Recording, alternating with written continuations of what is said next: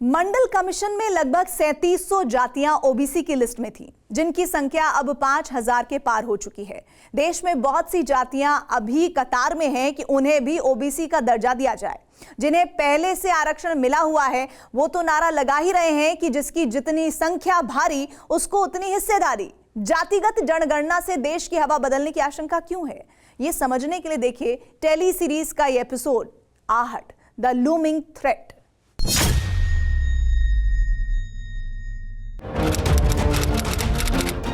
23 मई 2008, भरतपुर, राजस्थान। मंडल कमीशन के बाद देश में जाति के नाम पर आंदोलन का ये सबसे डरावना रूप था।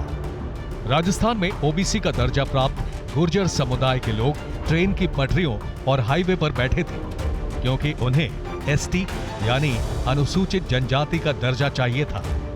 इस आंदोलन की आंच में जब पंजाब से महाराष्ट्र तक झुलसने लगा तो आंदोलन से निपटने के लिए सेना बुलाई गई। आंदोलन एक जाति का था, लेकिन टाइमिंग चुनावी। राजस्थान में विधानसभा चुनाव से ठीक 6 महीने पहले। इसके बाद पूरे देश में अलग अलग जातियों के आंदोलन का दौर ही शुरू हो गया। 6 जुलाई 2015 से गुजरात में पाटीदार समाज के युवाओं को एकजुट करके युवा नेता हार्दिक पटेल ने आंदोलन शुरू कर दिया।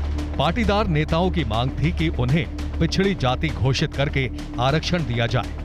इसके जवाब में गुजरात क्षत्रिय ठाकुर सेना के नेता अल्पेश ठाकुर ने मोर्चा खोल दिया, क्योंकि उन्हें डर था कि पाटीदार को ओबीसी घोषित किया गया तो पहले से पिछड़ा वर्ग में शामिल जातियों को आरक्षण में एक और दावेदार झेलना पड़ेगा।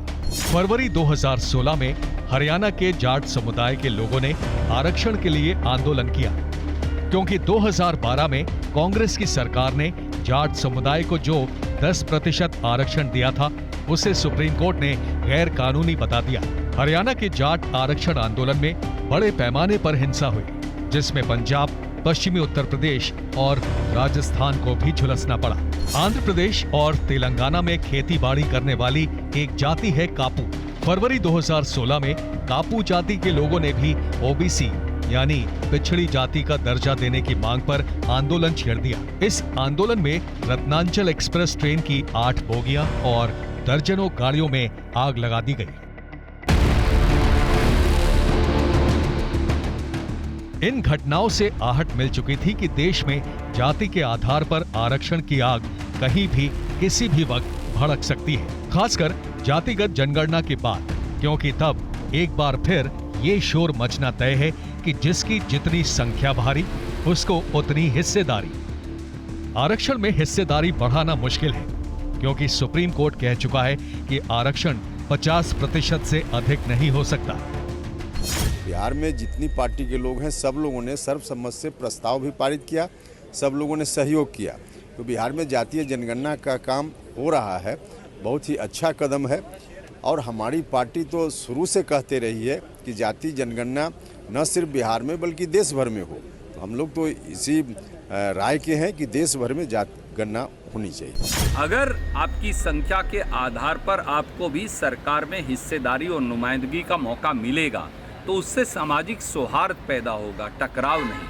टकराव आज हो रहा है, हम उस टकराव को सामाजिक सौहार्द में बदलना चाहते हैं। जाति के आधार पर आरक्षण का यही खतरा देखते हुए काका कालेलकर कमीशन की रिपोर्ट नहीं मानी गई। मंडल कमीशन की रिपोर्ट भी 10 साल लटकी रही, क्योंकि मालूम था कि जाति के आधार पर आरक्षण लागू हुआ तो फिर जातियों के बीच तलवारें खिंचनी तय है।